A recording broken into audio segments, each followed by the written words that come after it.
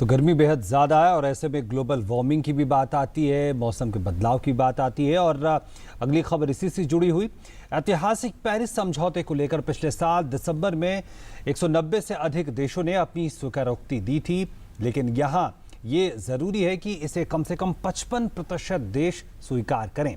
शुक्रवार को संयुक्त राष्ट्र मुख्यालय में शुरू हो रहे इस महत्वपूर्ण कार्यक्रम के बाद हस्ताक्षर करने के लिए 1 साल का वक्त तमाम देशों को मिलेगा, ताकि सभी देश पेरिस समझौते से जुड़ सके।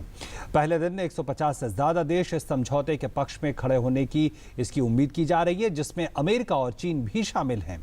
कुल मिलाकर ये कहा जा सकता है कि अपने भविष्य को बेहतर बनाने की एक बड़ी कोशिश शुरू हो चुकी है।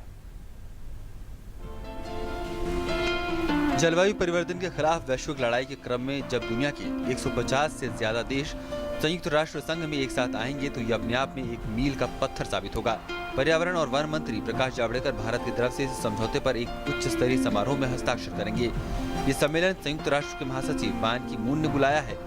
ऐतिहासिक पेरिस समझौते पर पिछले साल दिसंबर में 190 से अधिक देशों ने स्वीकृति दी थी।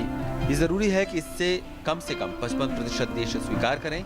वैश्विक उत्सर्जन में भी स्वीकार करने वाले देशों की हिस्सेदारी 55% या उससे ज्यादा होनी चाहिए। शुक्रवार को संयुक्त राष्ट्र मुख्यालय में शुरू हो रहे इस महत्वपूर्ण कार्यक्रम के बाद हस्ताक्षर करने के लिए 1 साल का वक्त तमाम देशों को मिलेगा, ताकि सभी देश पेरिस समझौते से जुड़ सकें। इस प्रक्रिया के पूरा होने के बाद प्रत्येक देश को अपनी कार्य योजना पेश करनी होगी। इस न्यूनतम आवश्यकता के पूरा होने के 30वें दिन यह कानून का रूप ले लेगा।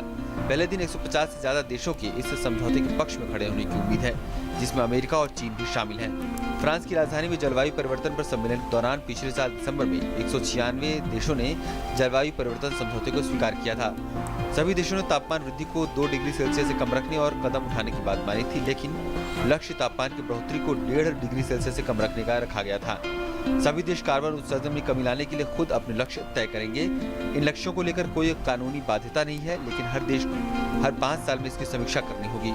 अब जलवायु परिवर्तन पर इस वैश्विक लड़ाई की सामूहिक जिम्मेदारी सभी देशों की है कि वो किस तरह से इस समझौते को आगे बढ़ाएं।